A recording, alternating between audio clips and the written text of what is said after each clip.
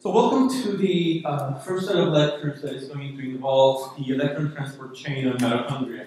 What we're going to be looking at today is going to be the first part, some review of what we have done in the last week, and then we're going to cover the initial portion of transfer of electrons in the mitochondria. So last week we had a review in mitochondrial anatomy. We're going to actually take another look at that today with a little bit more detail. Oh, I don't want to do that. There we go. And we learned about glycolysis. So I am including over here a video for you to look. This animation has all the steps of glycolysis, and I want you to take a quick look at it and see how that compares to the notes that we've been taking. In particular, because today we're going to look about a new metabolic pathway called gluconeogenesis and how gluconeogenesis and glycolysis are related and controlled simultaneously. So we also learned about pyruvate being transported across the membrane of the mitochondria, and while inside the matrix being able to be decarboxylated and oxidized to generate acetyl-CoA. And last but not least, we're looking at the citric acid cycle reactions and how those are happening in the matrix of the mitochondria. In more detail, when we're looking at those citric acid cycle reactions, or you can also, I put the other names, Krebs cycle or the tricarboxylic acid cycle, any of those three numbers will come up in, let's say, the MCAT exam. So make sure that you remember all of them. And what we're having in this set of reactions, as you remember, is a cycle of enzymes that are going to take acetyl-CoA and following 4 different independent cycles, every carbon of this acyl group will then be completely oxidized into carbon dioxide, therefore giving 2 molecules of carbon dioxide. So at the end, you're going to also get the production of high energy electron intermediates in the form of NADH and FADH2, and you're going to also get energy in the form of GDP. Through substrate level phosphorylation, that GDP will eventually become an ATP. We're going to be also looking into that more. So now, let's go about the meaty part of today. So we will look at glycolysis shown over here in the left. Remember, we have 1 molecule of glucose that is going to be oxidized by a set of reactions into 2 molecules of pyruvate. And in those reactions, what we're going to see is that 3 of them are irreversible. Reaction 1, where glucose gets phosphorylated into glucose 6-phosphate. Reaction 3, where fructose 6-phosphate is going to be phosphorylated into fructose 1,6-bisphosphate. That's also irreversible. And the last one, reaction 10, where phosphoenol pyruvate will now donate its phosphate to ATP to generate an ATP molecule and a pyruvate molecule. From what we studied last week, you remember that that reaction has a delta G of hydrolysis of negative 14.8 kilocalories per mole. So now, the backward reaction is going to require 14.8 kilocalories per mole. ATP hydrolysis only gives 7.3, so even if you were able to spend 2 ATPs to hydrolyze that, you will still be short to be able to get pyruvate to be phosphorylated into phosphoenol pyruvate. So that is part of the reason why those reactions are irreversible. The delta G of those steps is so highly negative compared to the other reactions that they're effectively irreversible. So now, the thing is that most of the time when the situation is going forward, there is no problem. Those reactions are happening because the delta G are favoring them. But when you have sufficient energy that you do not require to put a glucose molecule to glycolysis, you cannot now go into the enzymes in the reverse reaction because the energy is too much. And the system, what has done is to generate a new set of enzymes in the process of gluconeogenesis. And gluconeogenesis, shown here in green, that will be the reactions on the left, is exactly what you may predict. You're going to take a pyruvate molecule, and through a set of reactions, you're going to now revert through the reactions to get it back into a glucose. But because reaction in step 1, step 3, and step 10 are irreversible, the enzyme cannot do that. And that's where new enzymes evolve to be able to catalyze those reactions. So what we're going to have are enzymes that are going to bypass that. So enzyme A, shown over here, will bypass the enzyme in step 1 to generate glucose 6-phosphate to glucose. Enzyme B, over here, will bypass enzyme in step 3 to now be able to catalyze the reaction fructose 1,6-bisphosphate into fructose 6-phosphate. And two different enzymes are going to bypass step 10 to be able to now phosphorylate pyruvate into phosphoenol pyruvate.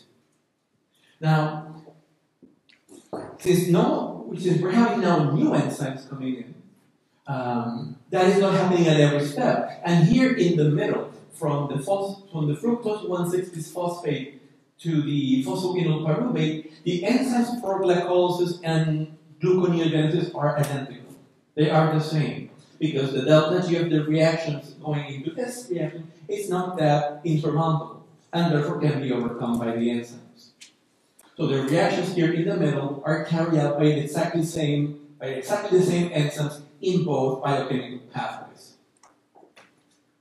So now, one pathway is going to be able to generate 2 pyruvate molecules out of 1 glucose and give you ATP and NADH.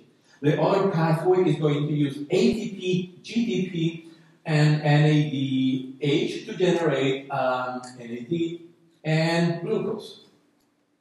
So now let's look at what is this regulated. The regulation between glycolysis and gluconeogenesis is happening at a step that is going to be catalyzed either by the enzyme phosphofructokinase in step 3 or fructose 1,6-bisphosphatase at step B over there. So let's look at this for a moment. Now, on a normal reaction, as I mentioned, you're going to have fructose 6-phosphate, which is going to be phosphorylated by the enzyme phosphofructokinase into fructose 1,6-bisphosphate. Now, if the cell is starving and is using all this ATP, what intermediate do you expect to have a lot of in the cytoplasm of the cell? ADP. And also, another one will be AMP, when ADP energy could be also used later.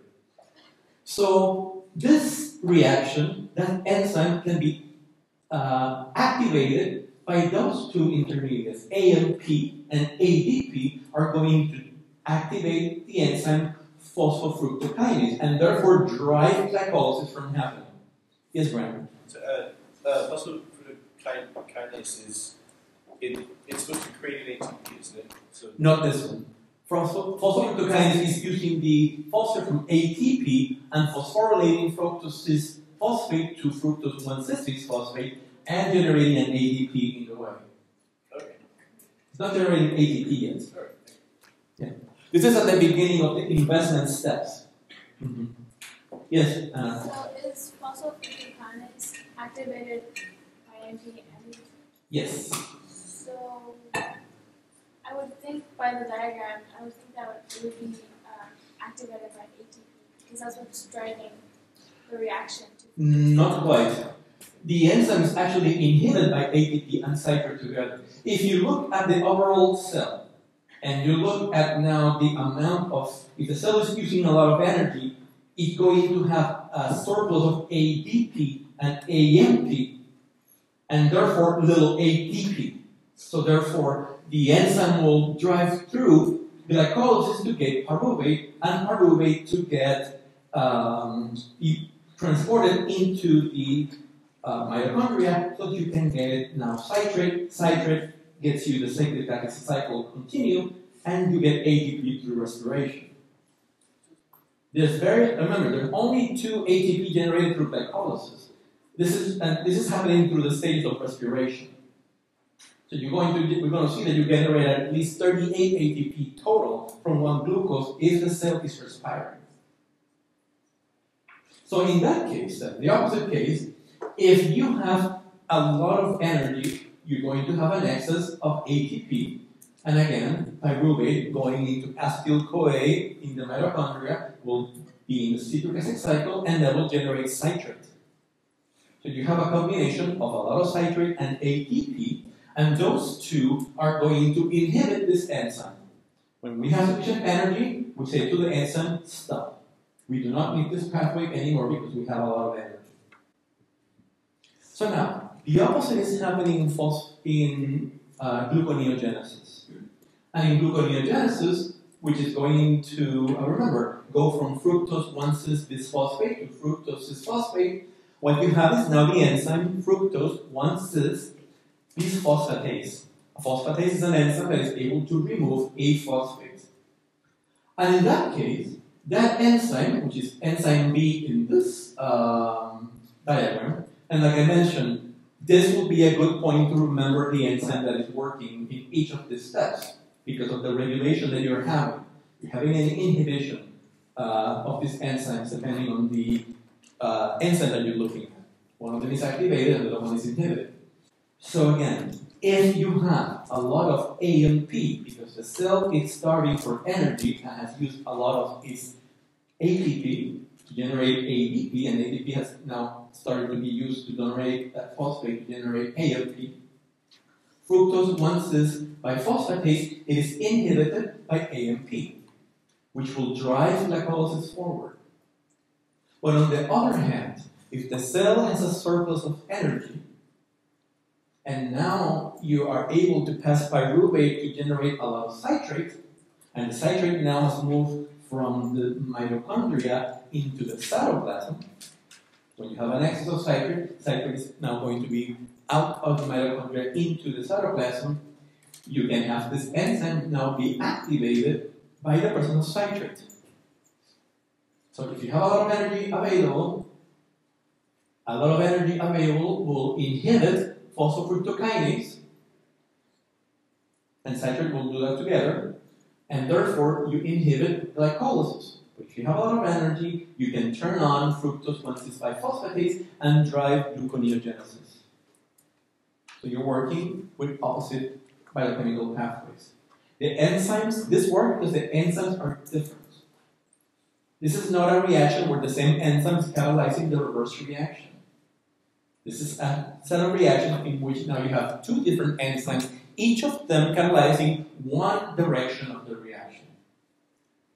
So now, when we look at this, here we go looking at glycolysis. So again, fructose cis-phosphate being phosphorylated into fructose 1-cis bisphosphate, the enzyme phosphofructokinase.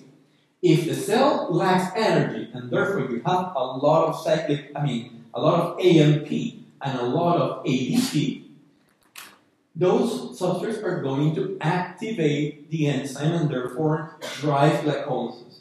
We are starving in energy, make glycolysis go forward so we can harvest more energy out of glucose. On the other hand, if you have an excess of energy and now you have accumulated ATP and citrate in the cytoplasm, those two compounds will inhibit the enzyme to stop glycolysis. Concomitantly, now thinking about the reaction fructose 1-cis biphosphate to fructose 6-phosphate catalyzed by fructose 1-cis biphosphatase. If you have lack of energy, that's going to have an increase in AMP in the cytoplasm, and AMP will inhibit the enzyme fructose 1-cis bisphosphatase, inhibiting gluconeogenesis. But on the other hand, if you have a lot of energy that is extra, and you now have accumulated citrate, citrate can activate this enzyme, and therefore, activating the enzyme, you drive gluconeogenesis and the generation of glucose by the cell. Later, that glucose could be used to make molecules like glycogen that the cell can use to store energy. Any questions concerning this new material? Ryan? From 111, it said that gluconeogenesis, isn't the purpose of it just to give glucose to the brain from the liver? Is the purpose of gluconeogenesis just to make glucose because the brain can only use glucose? Yeah, the brain can only use glucose, but depending on where the cell is coming, I mean, cells that are not working in a system like ours could create glucose back and then store it. Then maybe we are using it to provide more glucose for the brain as a definition. Okay? Good job. Any other person with a question? All right. Then let's take few clickers out. And we have a question here for you. So the regulation controlling the metabolic oxidation of glucose versus the anabolic synthesis of glucose is exerted by 1. The concentration of glycolytic intermediates in the cell. 2. The concentration of ATP and its intermediates in the cell. 3. The concentration of citric acid in the mitochondria. And 4. The combination of ATP intermediates and citrate in the cell. So let's take a minute to answer this question. And channel again is channel 10. Get about 60 answers. Okay, I'm going to close the poll in 10 seconds. Like 4 seconds. And I am closing the poll. Ta-da! So let's look at this answer. Let's look at this to get an idea of what's going on over here. So again, is that going to be controlled by the concentration of glycolytic intermediates in the cell? Why not, right? Well, I know the other answers that I actually don't know what you mean exactly by glycolic intermediates. I'm assuming you mean intermediates as you go along the process. Exactly, that's what it means. It's controlled by the amount of ATP and energy and you like citrate, but it's mainly ATP and ADP plus AMP concentrations. Right. So you also have citrate to be involved. So when we talk about glycolytic intermediates, we're talking about the intermediate of glycolysis. So from glucose to pyruvate, all those molecules in the middle that are coming out of the intermediate. So we're thinking about it right. Okay. So no, that doesn't control it. So answer number 1, it's not active. Number 2, the concentration of ATP and its intermediates in the cell. Well, some of their enzymes are going to require those intermediates, in particular ATP and AMP, but we also require citrate. Therefore, that answer is not completely answered true. So therefore, number 2, it's not accurate. Number 3, the combination of citric acid in the mitochondria. Why is that not correct? Because glycolysis occurs in the cytoplasm. Well said. As Brittany said, glycolysis and gluconeogenesis are happening in the cytoplasm. Therefore, we're looking at the concentrations of citrate in the cytoplasm, not in the mitochondria. And last, the combination of ATP intermediates and citrate in the cell. Those are going to be able to ultimately to inhibit or activate the enzymes and therefore control the switch between glycolysis and gluconeogenesis. Right? Any more questions about this particular subject?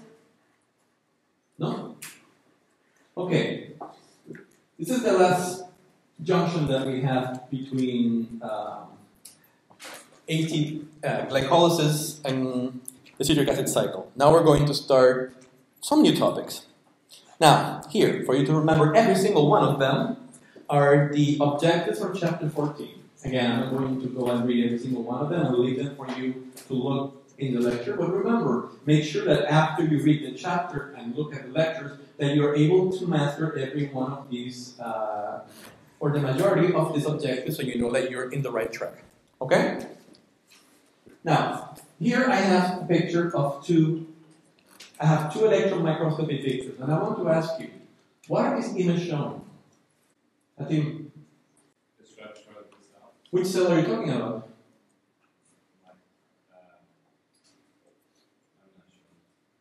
Okay, this is a cell. What is indicating to you that this is a cell? Okay. Are you looking at an eukaryotic or prokaryotic cell? Both sides, I think. This is a prokaryotic cell. Both of them. So these are bacterial cells. They look a lot like mitochondria, don't they? Because the thing is, these are cells which are respiring. These are cells which are respiring just like the mitochondria is the center of respiration for eukaryotic cells. And therefore, what you can appreciate, what made you idea that they were looking like mitochondria? Why do you think they look like mitochondria? Anna? Exactly. Look at this membrane involution that's coming from over here, going all the way in. So the cell, as well as the mitochondria, is having those internal membrane involutions to increase the surface area where the reactions that are going to be happening during respiration will occur. So this is one kind of bacteria, and that's a different kind of bacteria, and you can see the great amount of internal membrane in the cells. Yes, Anna? What is that blotch on That one over there? It's probably an artifact of the TEM stain, because it's just too perfect and round to be anything. Yeah. Well, this cell has an outer membrane, and as you see, you have an inner membrane, just like a mitochondria does. So again, this prokaryote resembles mitochondria because they have a really large network of membranes inside of them. And the thing about it is that, we have discussed earlier, the endosymbiotic theory of mitochondria indicates that a gram-negative microorganism was eventually taken by the eukaryotic ancestor and therefore benefited from having that cell just respire. But again, one of the other things that I want to point out to you is that we have learned a lot in classes that microorganisms, particular bacteria, don't have internal organelles. That doesn't mean that they don't have very complex internal structures, as you can appreciate from the constant evolution of these membranes. Now, when we look at this from the perspective of a eukaryotic cell, we're having a separation of the events according to where they're happening. As this image is showing, glycolysis is happening in the cytoplasm. And as you know, from one glucose molecule, you will get two pyruvic molecules, but you will also generate two ATP through substrate level phosphorylation. You also generate two NADH electron carriers. That pyruvic will be transported across the outer membrane. It will passively diffuse, across the outer membrane of the mitochondria. There are porins that are going to let that pyruvic go right through. But you have a transporter in the inner membrane that is going to bring that molecule in the matrix. The matrix of the mitochondria is like the cytoplasm. So in the matrix of the mitochondria, now you're going to have the reaction in which that pyruvate, which is a 3-carbon molecule, will be decarboxylated into an acetyl molecule and oxidized at the same time. And therefore, you now have an acetyl molecule that will eventually, will become an acetyl-CoA.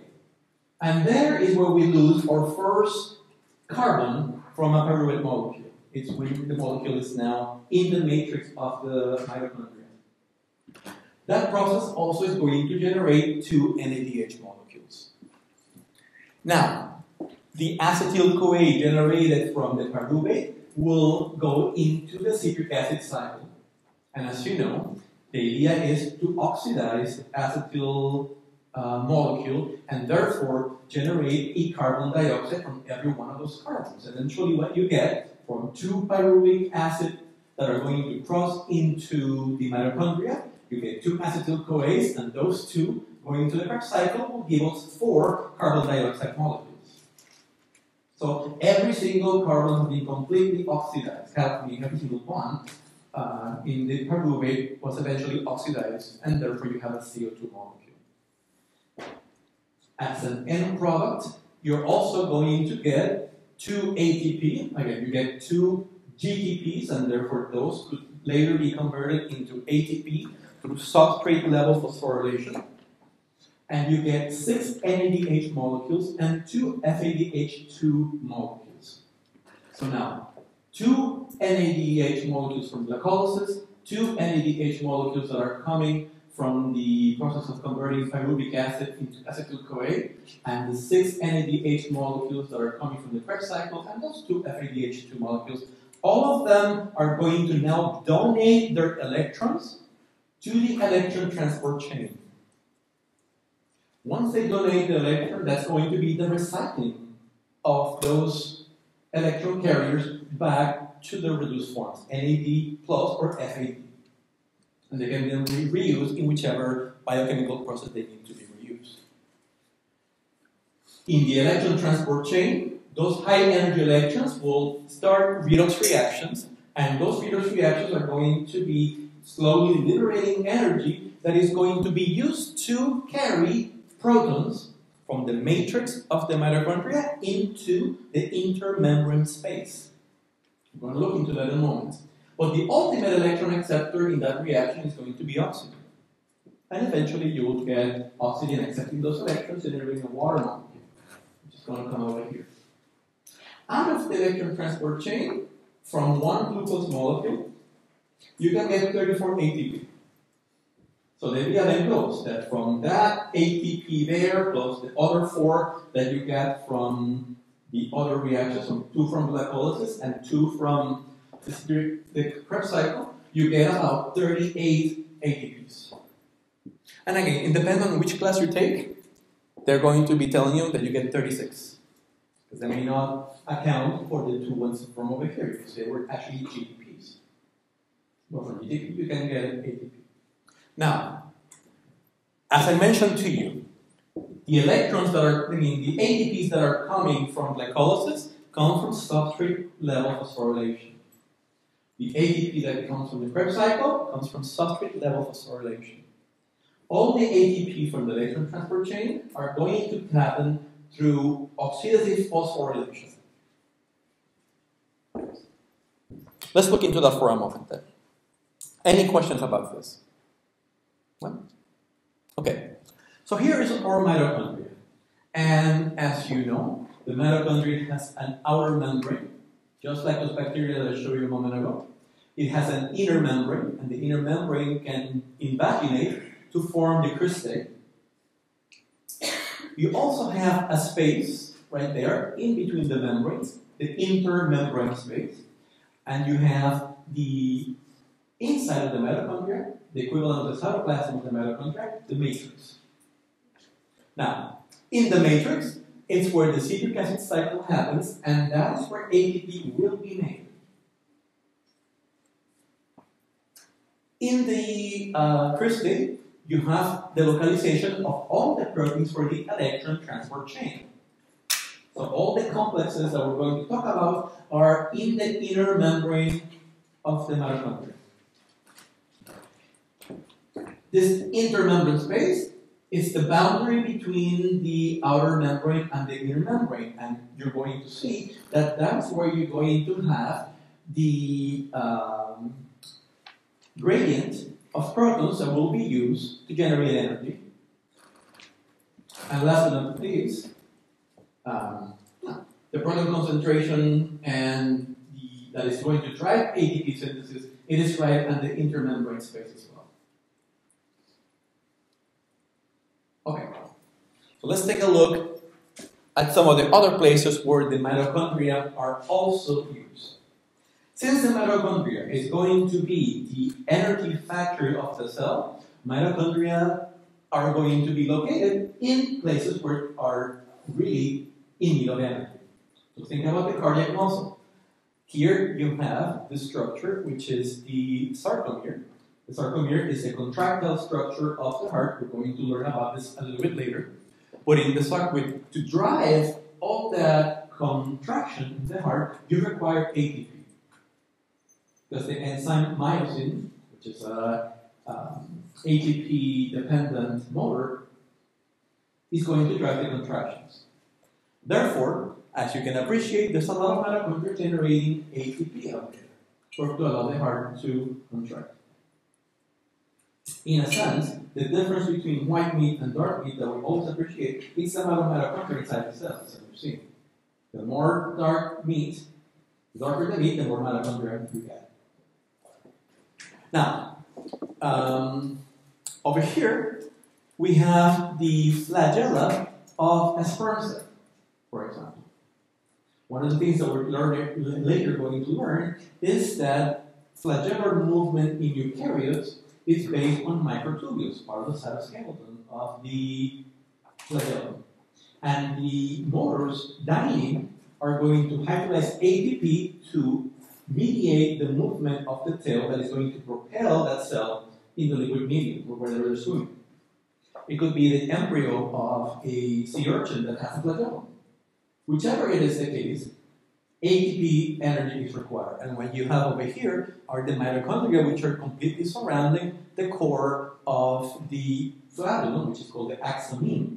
And that core, because it's so starved in ATP, has a lot of flagella around it to generate that ATP that is needed for movement. So this system has evolved to be able to localize those mitochondria in eukaryotic cells next to the tissues that really need the energy. All right? So now, let's just, if there's no more questions about that, I'll go to the next slide. It's fairly easy, that one. What we have in the system is going to be a combination of redox reactions, oxidation and reduction reactions. So, we're going to have two different processes that are going to be coupled. One of them are going to be the electron transport chain in the outer membrane. Again, all the enzymes for electron transport chain are in the inner membrane of the mitochondria, but at the same time, all the enzymes required for oxidative phosphorylation are also in the inner membrane. One process is going to happen in the matrix. The other process is going to happen in the intermembrane space. So now, as you know, NADH, we're going to look, that is going to be the first molecule donating electrons to the electron transport chain. And when NADH donates those electrons, it's going to be oxidized, and those electrons will travel through the electron transport chain until they reach an oxygen molecule, and the oxygen molecule will be the ultimate electron acceptor. That is going to generate a water molecule, and of course, an NAD+. That NAD+ can go back into the mitochondria, to the Krebs cycle, for example, to generate more NAD, or it could be exported outside of the mitochondria to glycolysis. So the glycolysis can also generate more NADH. On the other hand, we're going to see the process of oxidative phosphorylation, where the energy derived from the electron transport chain will be harnessed to be able to generate ATP from ADP and phosphate. Now, once that is done, that ATP can be exported from the mitochondria into the cytoplasm for the cell to perform its biological functions. Okay? So we're going to see the coupling of two independent pathways around the same location. Now, here is an image of the mitochondria. You can appreciate the outer membrane right here, and this one is the inner membrane. The intermembrane space is shown here in white, and the matrix is shown here in gray. What I want to show you are the following things. So here we get pyruvate, or fatty acids. The fatty acids are going to be converted by beta oxidation into acetyl-CoA in the mitochondria. Again, from 118 carbon fatty acid, you can get 9 acetyl-CoAs after beta oxidation. Or a pyruvate molecule can be transported across the inner membrane and eventually be decarboxylated into acetyl-CoA. Anyway, both pathways are going to lead to the generation of acetyl-CoA. That molecule goes now into a citric acid cycle. What you see here is that you have the eventual oxidation of the acetyl-CoA into carbon dioxide. Carbon dioxide acts as a waste. But you also have the energy that is being released from the breaking of those bonds. It's being captured as high energy electrons. And those are going to be saved as NADH or FADH2. Now, here is the interesting part that we're going to be looking at. You already know this. The beginning part, you're already very familiar. What happens now is that you have a set of enzymes that are part of the inner membrane, and those enzymes will participate in the transfer of electrons down the electron transport chain. NADH will donate those electrons to the first complex, and as the electrons are passing down the electron transport chain, you're going to get the transfer of protons from the matrix to the intermembrane space. I put a little triangle there to indicate a gradient. That gradient is showing a higher concentration of protons in the intermembrane space and a lower concentration of protons in the matrix. That energy that gradient has is going to follow the same rules as any gradient that we have learned, like the potassium or the sodium gradient. So those exact same rules are going to apply. But now what we're going to see is that we have an enzyme, ATP synthase, and ATP synthase is going to harness the electrochemical gradient of protons and use it to catalyze the reaction that will generate ATP from ADP and phosphate. Eventually, as the electrons are being passed down the electron transport chain, oxygen will be the ultimate electron acceptor, and oxygen will then be reduced into water molecules, which can then leave the mitochondria. So what I want you to look in here are two different things. First, for your study, there are some proteins missing in this graph. They may not be proteins directly involved into the electron transport chain, but I want you to try to identify what is missing from this picture. So take a look at this later, and hopefully you will be able to identify some of them. Look in the book, look in Google. You may find other images that may help you identify what is missing from there. And this is related to the material that we already have learned in the class. It's nothing that is going to be new. The names of the proteins may be new for you, but they're involved in processes that we already have covered in class. That should be that's a hint for you to look about what's going on. Okay? Any questions about this? Okay, then let's go to the next slide. Here is another slide that I want you to check. This is the issue about how many electrons are being carried by FADH.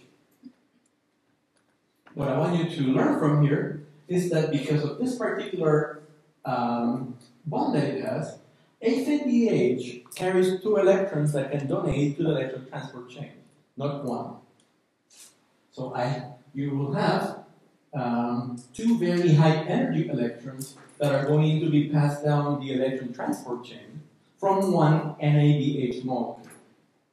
FADH2, because of its architecture of the flavin molecule, has 2 electrons also. But the energy of those 2 electrons is a little bit less. We're going to see that later. So both molecules, NADH and FADH2, are able to donate 2 electrons into the electron transport chain. Let's look to see where this is happening. In general, the reducing power that is generated from the citric acid cycle or glycolysis or the conversion of pyruvate to acetyl-CoA in a respiring cell, in a respiring eukaryotic cell, it goes into the electron transport chain. In a respiring bacteria, it also goes down the electron transport chain. But the bacteria doesn't have the same compartmentalization as a eukaryotic cell. The cytoplasm and the mitochondria have 2 different environments, versus the bacteria have only one environment in the cytoplasm. So everything is a little bit more together. So what you appreciate from this image is the fact that one high energy electron carrier is going to donate its 2 electrons to the electron transport chain, and as the electron process, the redox reactions that are happening are going to involve changes in the redox potential of the recipient. We're going to be changing to less energetically favorable reactions. That's why we always draw it as a step down or as an incline. What is that basically doing? It's making the electron donation process unidirectional. The electrons cannot go back the electron transport chain. So in that representation, we always make it as a ladder or as an incline, as a decline, going down. And that decline indicates that those electrons which are high energy over here will become less energetic and slowly lose energy until they get out of the electron transport chain to reduce oxygen. Now, that energy that is being harnessed from those electrons is going to be used to transfer protons from the matrix of the mitochondria to the intermembrane space. And what you have created now is a proton gradient. Okay? Well, let's take a look at that in more detail right now. So here are the three complexes that the book describes about the system. We have the first complex, NADH dehydrogenase complex. That will be the first complex where NADH will donate its electron. We have a second complex, the cytochrome C reductase complex, and a third complex called the cytochrome C oxidase complex. As you can appreciate from this image, those complexes are separated. They're not one unit, but they're separated from each other in the inner membrane. Therefore, those complexes require small molecules that are able to shuttle electrons between the two. And between the NADH dehydrogenase complex and the cytochrome C redox complex, you have small quinone molecules, which are hydrophobic molecules that can travel very nicely in between the hydrophobic region of the membrane. So therefore, they are able to shuttle back and forth and distribute electrons. They can take electrons that they obtain from the first NADH dehydrogenase complex and be reduced, and then later donate those electrons to the cytochrome C reductase complex, and then come back to pick up more. Remember, redox reactions are circular. In between the cytochrome C reductase complex and the cytochrome C oxidase complex, you have a cytochrome C molecule, and those are proteins that have a heme, just like hemoglobin, and therefore have an iron molecule inside them. Whereas each ubiquinone is able to carry 2 electrons, a cytochrome C complex carries only 1. So you will require 1 ubiquinone to carry those 2 electrons in here, or 2 cytochrome C molecules to carry the electrons from the cytochrome C reductase to the cytochrome C oxidase complex.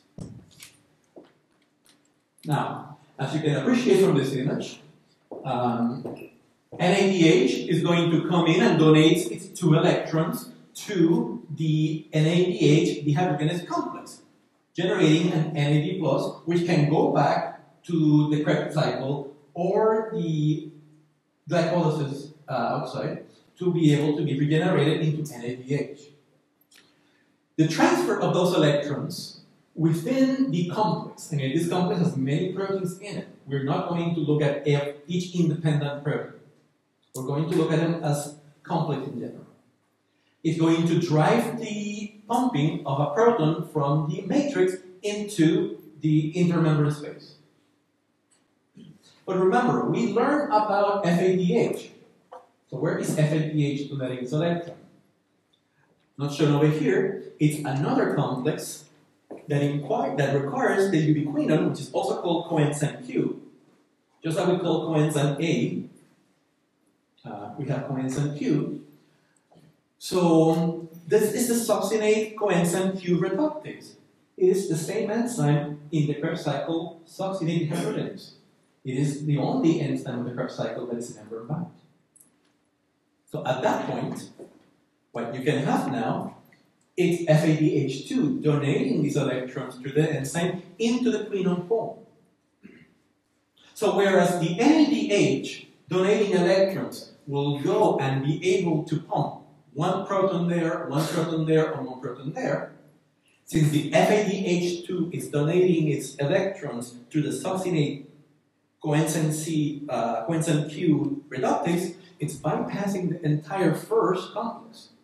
And therefore, the output of protons into the intermembrane region is lower. And later, we're going to see that that is translated into the amount of ATP that can be generated from an NADH molecule versus an FADH2 molecule. You get a lot more ATP from the donation of electrons from NADH than from FADH2. And I can show you that in a little bit longer. So as I mentioned, electrons which are donated from FADH2, 2 of them, going into the NADH dehydrogenase complex will fuel and pump protons from the matrix into the intermembrane space. Since the complexes are separated, you need the electron carrier ubiquinon to shuttle the electrons back and forth between the two complexes. Now those electrons are donated into the cytochrome C reductase complex, and they will also fuel the transfer of a proton from the matrix into the intermembrane space. The shuffling of the electrons from this complex to the cytochrome C oxidase complex, it's catalyzed by the cytochrome C protein. And you need 2 of those because they are only able to carry 1 electron at a time. So therefore, 2 cytochrome C molecules will recycle around these 2 complexes, shuttling electrons down the pathway.